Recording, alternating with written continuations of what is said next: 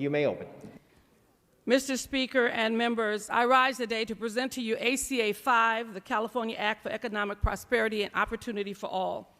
This measure seeks to allow California's effort to take meaningful steps to minimize inequality, prevent discrimination, and promote economic fairness. ACA 5 would allow California voters to restore the consideration of race and gender diversity in public contracting, public employment, and public education in order to create equal opportunity. Today, as we look around the world and we see how there is an urgent cry for systemic change.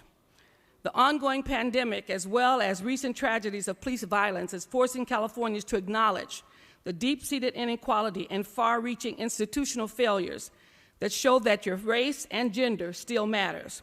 And it leaves people with dramatically different results depending on the combination of the two in your life. The virus in itself did not discriminate, and yet we see the disproportionality in terms of high infection, death rates among African Americans, Latinos, Native Americans, and Filipinos. We see record job loss concentrated in communities of color and the shattering of women and minority-owned businesses across the state. After 25 years of quantitative and qualitative data, we can see that race-neutral solutions cannot fix problems steeped in race. California's regressive ban on equal opportunity programs such as affirmative action denies women and people of color a level playing field in the workplace and in education. Proposition 209, passed in 1996, cements the glass ceiling for women in business and stifles efforts to get young women to pursue STEM majors. It has diverted over $1.1 billion of investment each year for women and Black and Brown-owned businesses, unraveling the years of growth and advancement for these entrepreneurs. The ban on race-conscious and gender-conscious remedies do not allow for us to deal with root causes of systemic failures, and it prevents us from designing effective policies and programs to correct our ongoing history of bias and exclusion.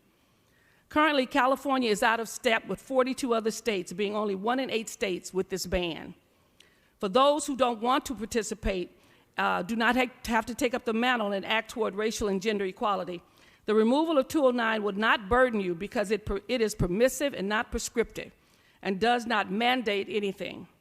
But for leaders who want to help remedy gender bias and disparity, Proposition 209 has only served as an impediment to act on best practices aligned with the United States Constitution.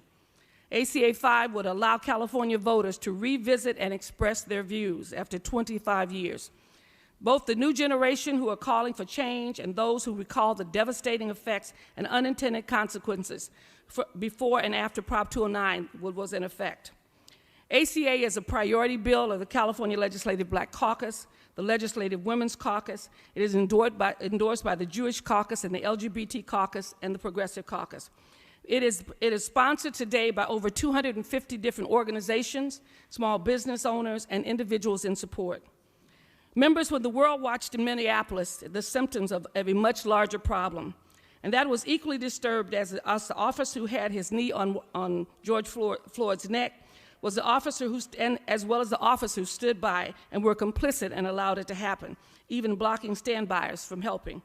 Today, I ask this legislature, I hope that this legislature will no longer be complicit in the status quo, that we will not idly sit back and rest in with gender and racial inequality.